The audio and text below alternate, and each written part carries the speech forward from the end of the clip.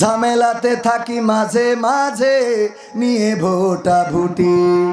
মক্তবেতে শিখেছিলাম আলিফ বা তা সা, কোরআন হাদিস মোটেও জানি না এমন কিন্তু না। তাই রাজনীতি চলবে না ও হুজুর, রাজনীতি চলবে না, তাই রাজনীতি চলবে না ও ভাই, রাজনীতি চলবে। এবার বলে হুজুর শোনেন, আমরা মাহফিল দিলাম, ঢাকাতে এক হুজুর আনিলাম। আমি বললাম তাই কি? বলছে অমুক হুজুর ওয়াজ করিল কত মধুর সুর, কবরেতে গেলে পাবো ৭০,০০০ হুর। এমন ওয়াজ আছে না নাই?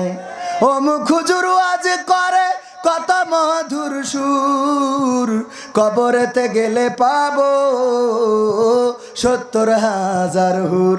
অনেক দোয়া আছে পড়লে কোটিতে সওয়াব, সারা জীবন পাপ করিলেও পেয়ে যাব মাপ।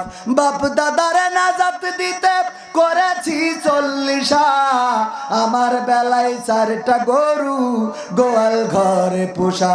আমিও ভাই কিছুটা জানি, মানি না তা না, ছোটবেলায় শিখেছিলাম আলিফ বা তা সা। তাই রাজনীতি চলবে না ও হুজুর, রাজনীতি চলবে না, তাই রাজনীতি চলবে না ও ভাই, রাজনীতি চলবে। এবার বলে হুজুর শোনেন, ইসলাম মানি না তা না, ইসলাম জানি সাথে মানি। বললাম কি মানেন? বলছে হুজুর মিলাদ করি, কিয়াম করি, যাই বাবার মাজারে, হয়তো একটু বিড়ি টানি সাতক্ষীরার বাজারে। আছে না নাই? মিলাদ করি, কিয়াম করি, যাই বাবার মাজারে, হয়তো একটু বিড়ি টানি সাতক্ষীরার বাজারে। ফজর নামাজ হয় না পড়া, থাকি তখন নিদে, আল্লাহর কিরে হয় না কাজা, নামাজটা ২ ঈদে। এরকম মুসাল্লি আছে না? শুধু আছে মানে কি, আবার ঈদের দিন দেখবেন যে টেলিভিশনে সাক্ষাৎকার দেবে, আগামীকাল সকাল ৯টার সময় ঈদুল আজহার জানাজা হবে।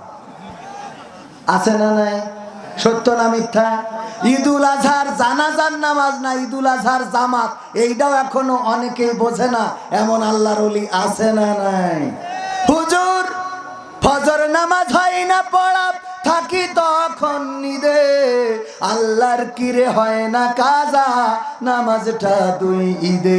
নিয়মিত চেষ্টা করি পড়তে জুম্মা নামাজ, হয় না পড়া যেদিন থাকে কাজ, ৩টা জুম্মা করলে কাজা মুসলিম থাকে না। এই হাদিসটা ভালো করে আমার আছে জানা। তাই রাজনীতি চলবে না ও হুজুর, রাজনীতি চলবে না, তাই রাজনীতি চলবে না ও ভাই, রাজনীতি চলবে।